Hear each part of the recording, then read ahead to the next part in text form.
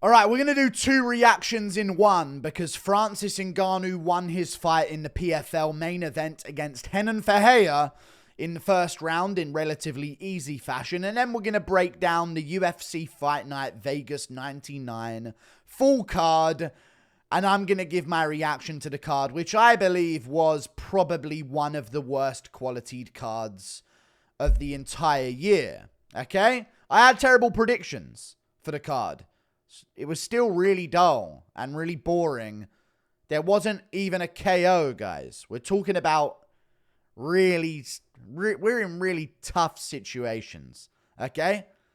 That's what we're in. We're in a real tough situation. There was a drought of entertainment on the entire UFC Fight Night card. But we're going to start with Francis Ngannou defeating Renan Ferreira. First of all, Paul Hughes beat AJ McKee, which is insane. People are saying it's the biggest Irish win in MMA since McGregor's title wins and McGregor's rise. And like that's a really impressive win for Paul Hughes to get. I thought he would make it competitive, but I did think AJ McKee would get the edge. So there's just another wrong prediction to add on to the list that I got wrong. But yeah, really good win from Paul Hughes. I think he nearly knocked out AJ McKee at the end of the second round with a big knee, and then he landed an uppercut after that as well. He was going for a lot of flying knees, if I remember correctly. And then on to the main event, and then we'll get into the UFC card afterwards. Francis Ngannou just made easy work of Renan Ferreira. Now, going into this fight, I did think to myself, well, Renan Ferreira is really dangerous on the feet. If they go try and KO each other in the first round, this could get really interesting. You know what I mean? This could be a gamble of a fight for Francis Ngannou. And I was thinking to myself, I'm going with Ngannou. He should win this fight. But man, Ferreira is dangerous on the feet. But then the sort of comfort for me was, well, Ferreira is terrible on the ground. He's awful. Ante Delija took him down and destroyed him. So there was always that resort for Ngannou. And I guess that was Ngannou's game plan if he did have Renan Ferreira backed up against the cage. Where normally Ngannou would blitz in like he did against Rosenstruik. He just went for a double leg on Renan Ferreira. Renan Ferreira had no resistance to the double leg whatsoever. No sprawl, no balance, no... He got toppled over very easily, as he has been before. And I think they traded low kicks early on, and then they gave one punch exchange, but neither of them landed. It was kind of scary early on for both of them. Both landed two good low kicks on each other each, and then they both missed in a punch exchange. But then Francis Ngannou got the takedown. Renan Ferreira had nothing on bottom position. I type in Renan Ferreira's got nothing on bottom position. He throws up his legs into a triangle area, but doesn't do what needs to be done to lock in the triangle. He just throws his legs up where he's in a position to get a triangle, but then he doesn't go beyond that to finish the triangle. He just leaves it there, kind of. And then Ngannou sort of strengths his way out of the position, and the triangle's not in any way. I don't think he had the angle to do it. He's a tall dude, and he was cramped up against the cage, I guess, so he just didn't have the mobility down there, especially with a guy like Ngannou on top of him.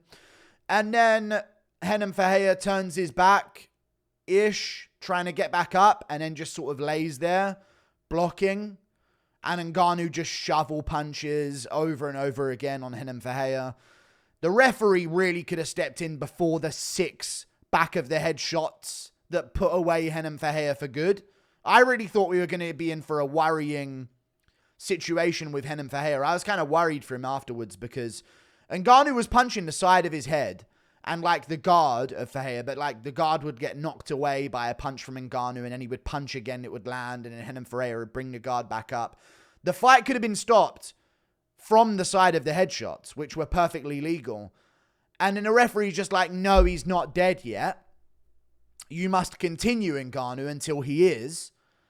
And then Ngannou just says, okay, back of the head, back of the head, back of the head, back of the head, back of the head, back of the head to follow up at the very end as well. That just puts Renan Ferreira flat out cold on the canvas.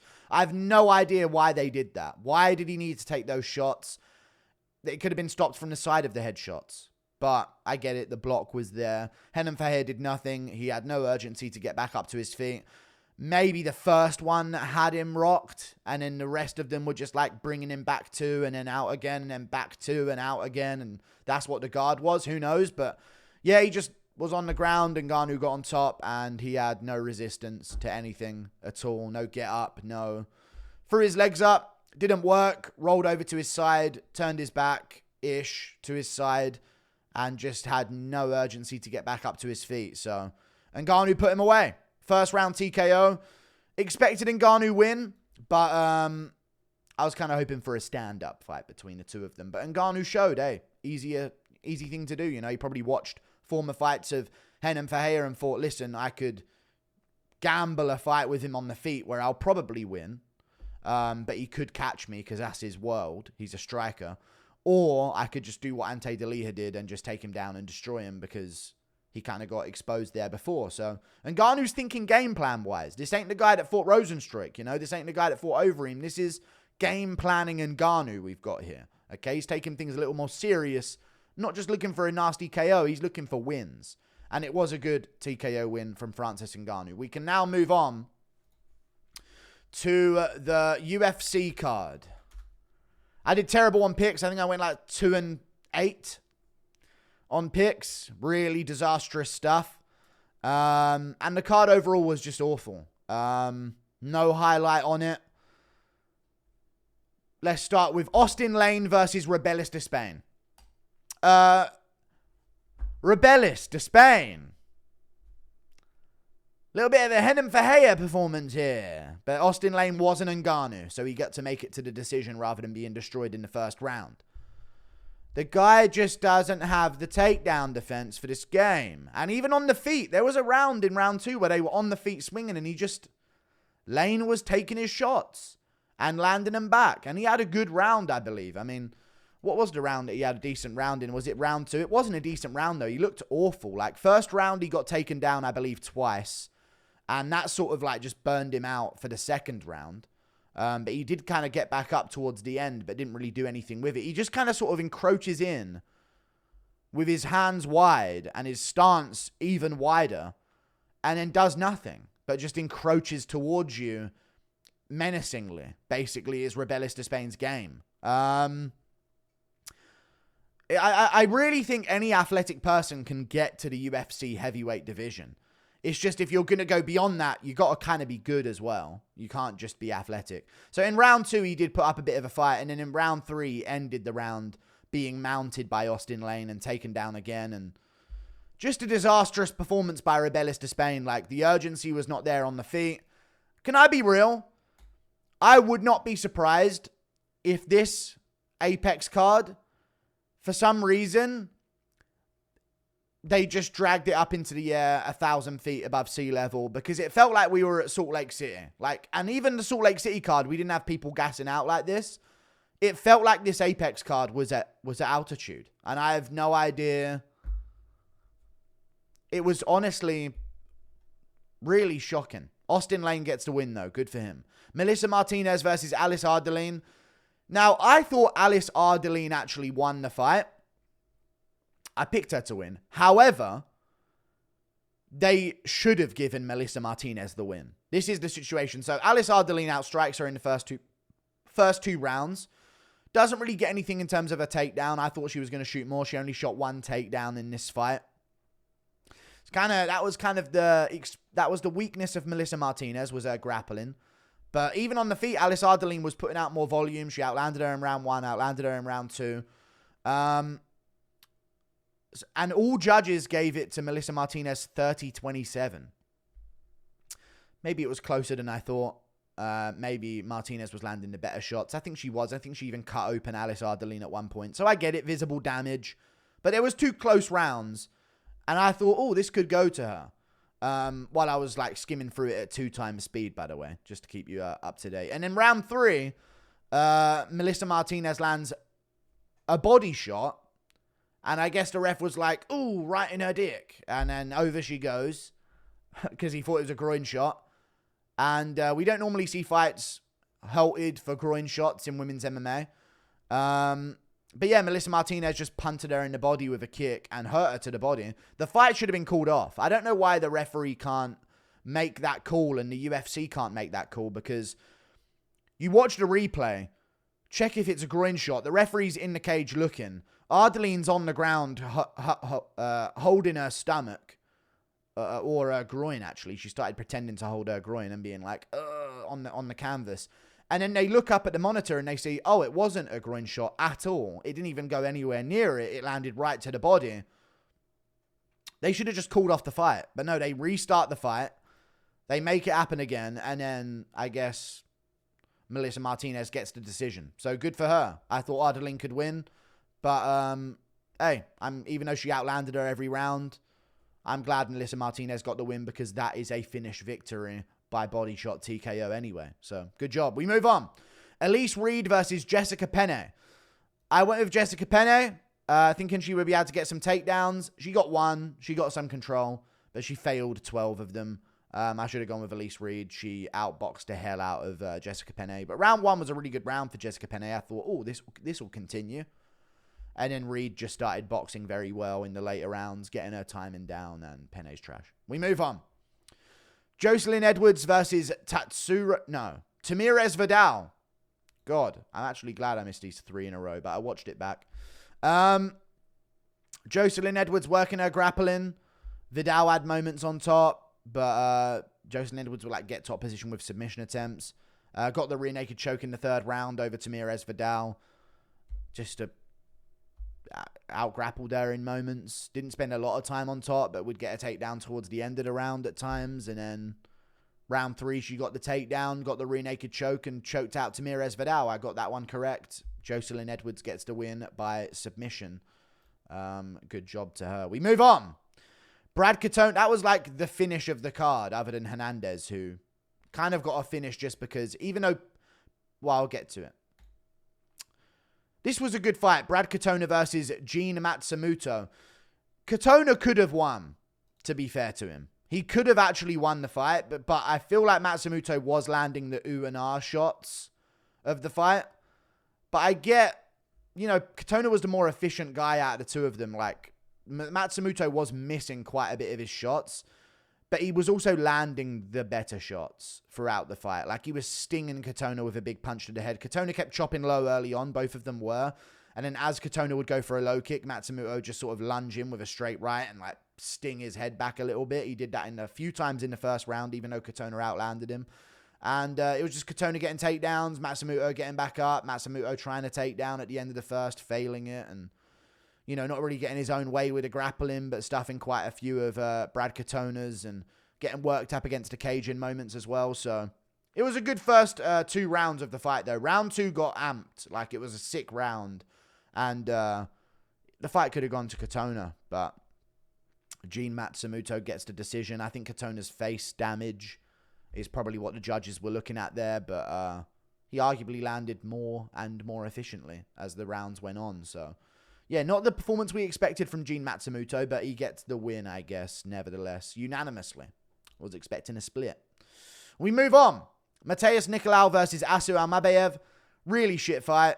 Nothing really happened until the 3rd round. Round 1, Almabayev landed like a body kick, a low kick, and a spinning back kick. And then Nicolau landed a jab to the body or 2 or 3, and maybe a low kick or 2. And that was that. That was the 1st round. And then round 2, Matheus Nicolau landed more, was doing better with his low kicks. Jab to the body was landing a bit more frequently. Assu Almabayev landed a few good shots to I think he landed a spinning back kick again and a body kick. But then he got caught in a really nasty guillotine by Matheus Nicolau while he was going for a takedown. And it actually looked like it was going to be over, but the shorts keep coming down whenever these guys are in guillotines, and it's like saving them. It didn't save Lando Venata, but it saves a lot of the guys now. Arman Sarukian had the same thing happen against Oliveira when these guys have got their legs wrapped around on the guillotine around the hips of their opponent. And then the shorts start coming down and they start losing their leverage on the guillotine. It's kind of unfortunate to see, but Almabayev escapes the guillotine because of that. And then they have to separate afterwards because his pants are by his ankles and they're standing up ready to keep fighting. And then round 3, nothing's going on. Nicolau landed 1 shot through 3.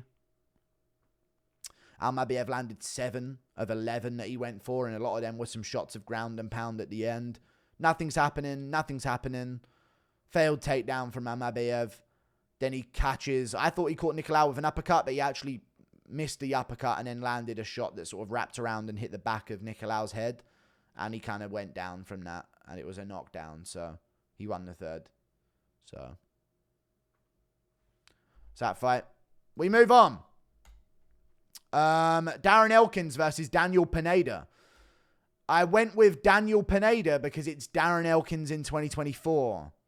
However, one thing that massively changed, I actually picked Daniel Pineda by guillotine, and he so nearly had it on a few occasions in this fight, especially in the first round. He kept going for the guillotine because it was so tight and so in, but Elkins just wasn't tapping, don't tap to guillotines, you know what I mean? A lot of guys escape them when they just don't tap, but sometimes you see a real quick tap to a guillotine, and Pineda's got a good squeeze on him. He's known for a nasty guillotine, but yeah, he ended up retiring, as you should.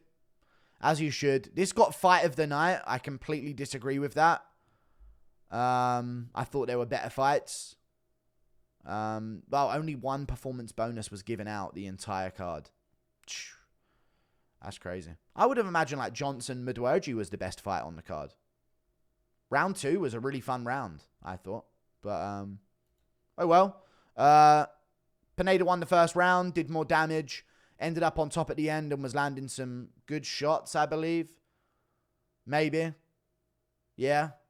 He won the first round, I'm fairly certain, pretty clearly. And he had the guillotine attempt, even if Elkins might have ended the round on top with a grappling.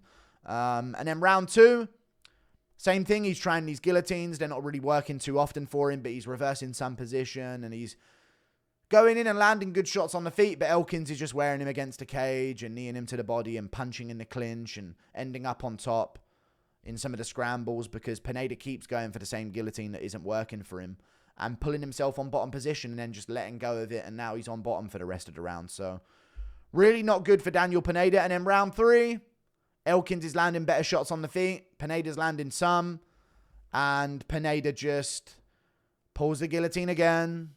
On bottom position, doesn't get it, shock, twist, ends up on bottom. Oh, this is over. Then he actually gets back on top, but then Elkins hustles back up and scrambles onto top position again after he fails a fucking submission position, and Pineda ends up on top, and then Elkins ends up on top, and then he's just doing more in the clinch, and Darren Elkins wins against Daniel Pineda. Would you fucking believe it? And Pineda, was knocking him off balance, no joke, with every low kick he threw.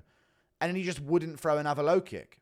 Pineda threw 53 strikes across 3 rounds, and 9% of them were low kicks. That's 5 low kicks.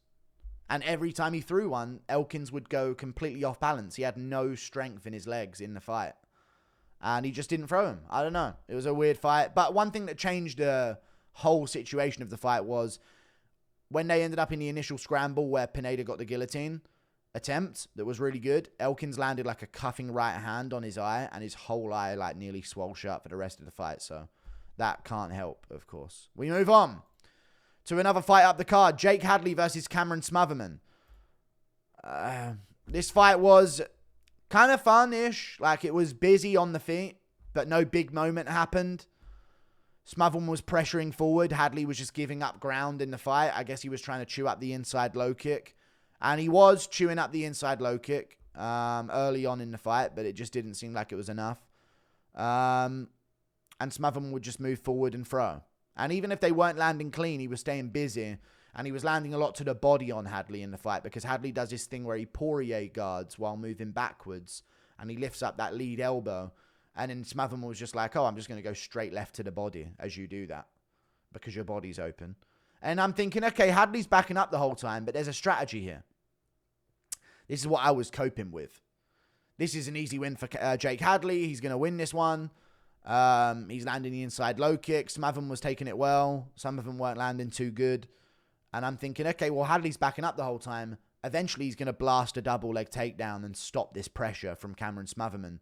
and get this to the mat in the center of the cage, because it's what Hadley used to do on the regional scene. If you watch his fight with Luke Shanks or some of his other fights in his career on the regional scene, a lot of the time he'd be backing up, and then boom, he'd blast in with a double leg and get the takedown and straight to the back, and he's on the back and hooks in. You know what I mean? That was his game.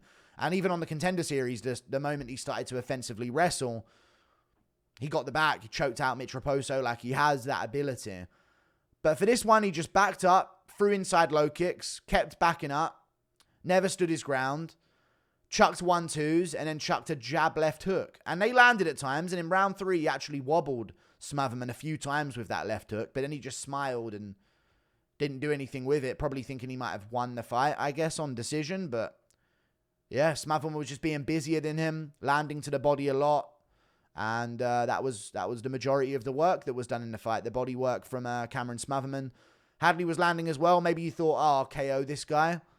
But I just thought more offensive grappling would have been the way, especially in the open, rather than just trying to push him up against the cage. You got to take down at one point, but I'm thinking, dude, blast that double leg when this guy steps in. You've been backing up the whole fight. You're chewing up his lead leg. Fucking drive in on it like an explosive double leg to get him off you. And he just kept backing up. Inside low kick, jab 2, inside low kick, jab left hook.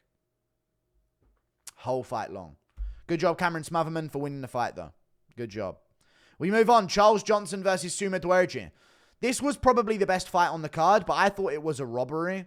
Round 2 is obviously Charles Johnson's round, but I thought round 1 and 3 were very clearly Mudaerji. Now, Johnson was staying busy and going for him at the end of round 1, but he wasn't landing nearly any of it. He landed a couple good shots, don't get me wrong, but I thought Mudaerji was looking really, really good in this fight. And he was even looking really good on the feet until he got hurt at the end of round 2. And then in round 3, he just schooled Charles Johnson on the feet pretty much. And, you know, it was a competitive fight. Johnson would land now and then. But Mudaerji was on another level to him in terms of patience and speed on the feet and tagging him with shots, and the inside low kick he was landing on the leg of Johnson. Johnson would switch stances and visibly look annoyed by that because his leg wasn't doing really what he wanted it to. And yeah, I just thought Mudaerji got the first and third round on technical striking. Apparently not. Johnson held him against the cage in moments and like stayed busy with knees, and I guess that gets rounds these days. Wasn't the craziest fight for the first or third round, but it was a high-level fight to watch. So that's cool. You know what I mean? Rare on these fight night cards these days in the UFC that we see a technical, high-level looking fight.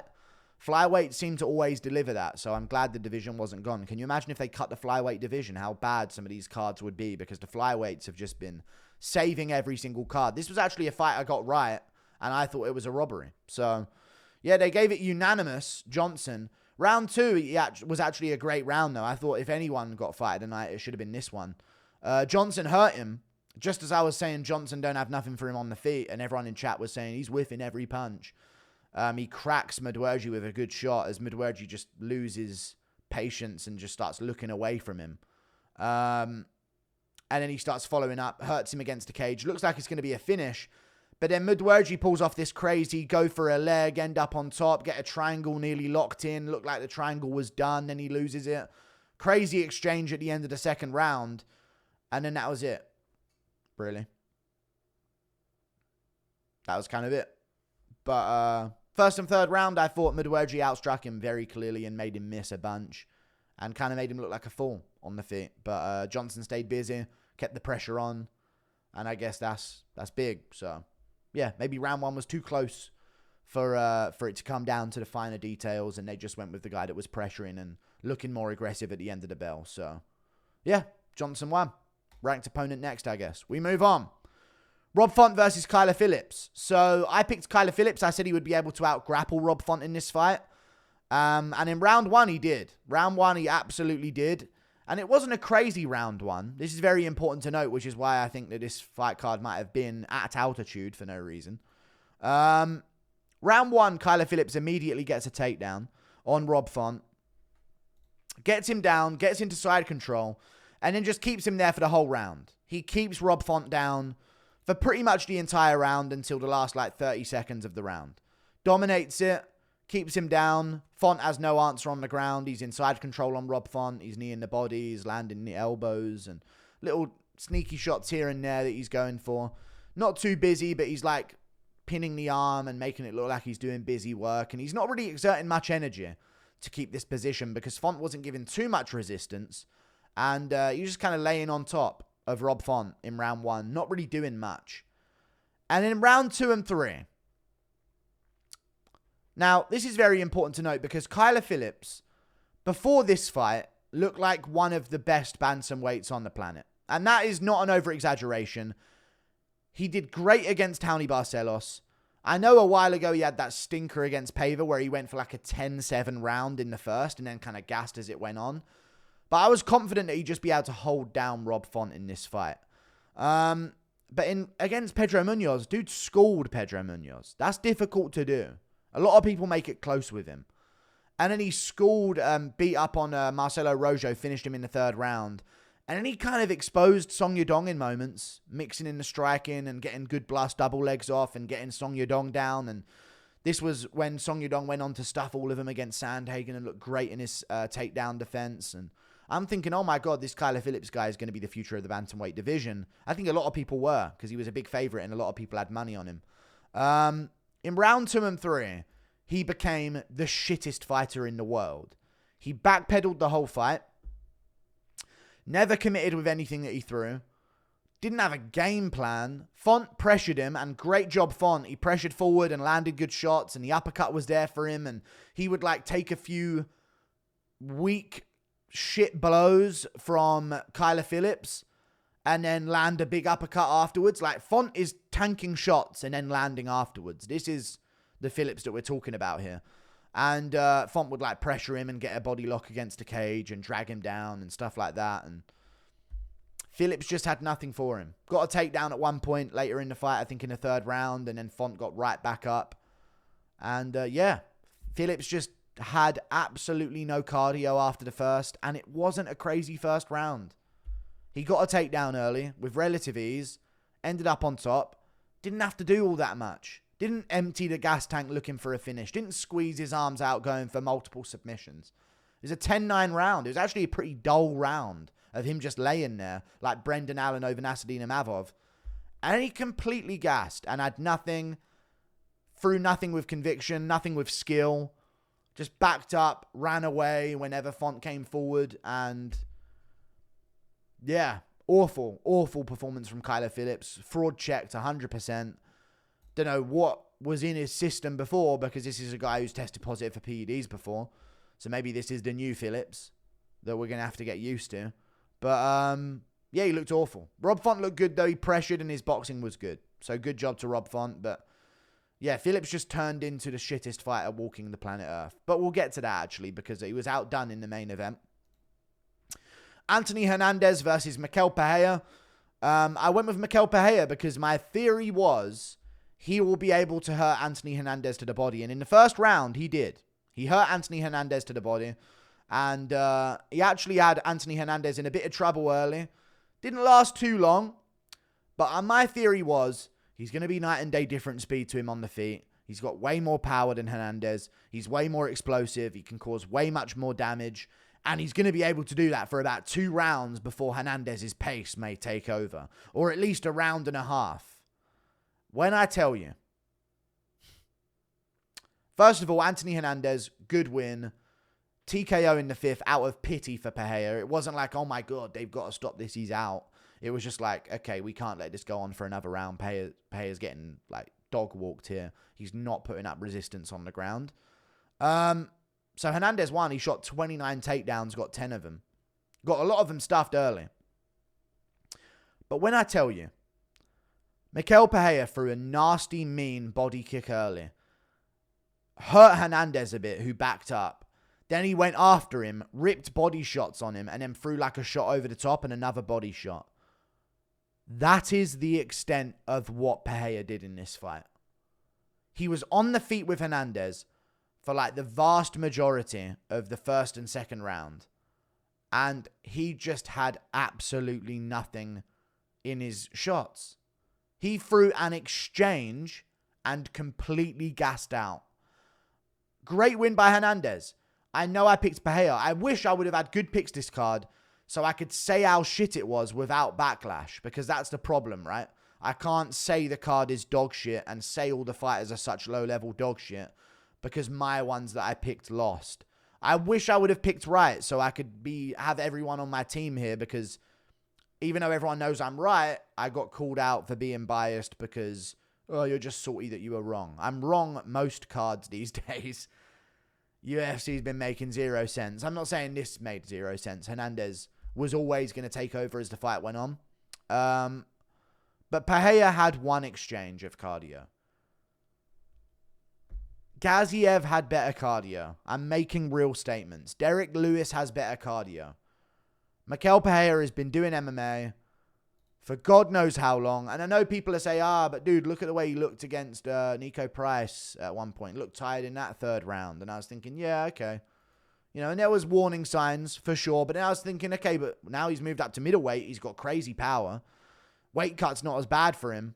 He's going to do way better. That was my mindset about Michel Pereira. And this is a guy who neutralized Chaos Williams, dangerous striker. For 3 rounds, he neutralized him and stayed athletic and was picking him up in the 3rd and dunking him on the ground and going for a rear naked. Look what he did to Almabayev, bouncing around, doing tricks, slapping him and then picking him up and dunking him in the middle of the round. And I was thinking, okay, this guy's cardio issues have kind of been figured out. He's not backflipping everywhere anymore. And now he's at middleweight. He's got power and he's not going through as much of a weight cut. When I tell you, the guy had an exchange of cardio. Body kick, 2 body shots, shot upstairs, body shot. Hernandez is still there. Nothing from Pereira the rest of the fight. Nothing from him. Absolutely 0. This is a man who's been doing MMA since 2011. He had a ton of amateur fights, by the way. He was 18-8 as an amateur, a champion in Serbian Battle Championship against like a 7-0 guy and all of this type of stuff. And he was in Shuto, Brazil, and he fought for the belt there, and he had a ton of amateur experience. This is a guy who's been doing MMA since 2011. That's 13 years. He had 20... How much would that be? 25 fights as an amateur. He's now had... Wait, is that even his amateur career? No, this is included in his pro career. They just separated it on Tapology for no reason. The guy's had so many fights. So many fights. He's had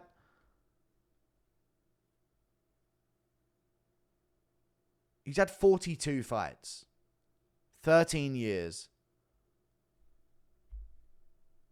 And he has an exchange of cardio at his disposal. Like, what are you thinking? There were no knees to the body. Like JDM, gets back up, rip to the body. Even Derek Lewis against Jailton Almeida gets back up and he's swinging and going for him with these big, powerful hitters that could put him out. Almeida shoots back in again and gets the takedown.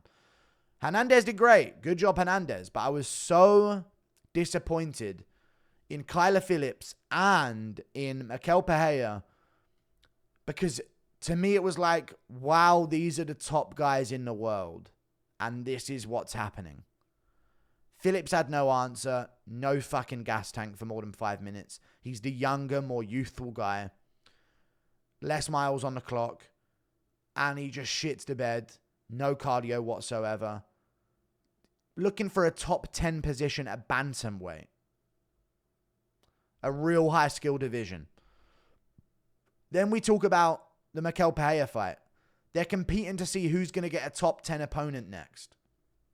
The winner's probably going to be ranked number 11 or 10 in the division, in the world. There are other middleweights, I get it, but they're at least a top 20 middleweight worldwide.